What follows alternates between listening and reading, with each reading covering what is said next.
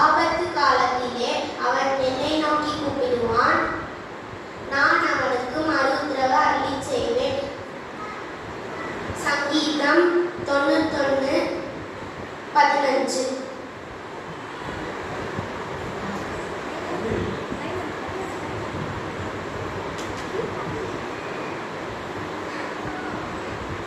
அழகாக வசனம் சொன்னாங்க. இவருக்கு நம்முடைய மகிழ்ச்சி தெரிவிக்கணும், உற்சாகப்படுத்தணும்.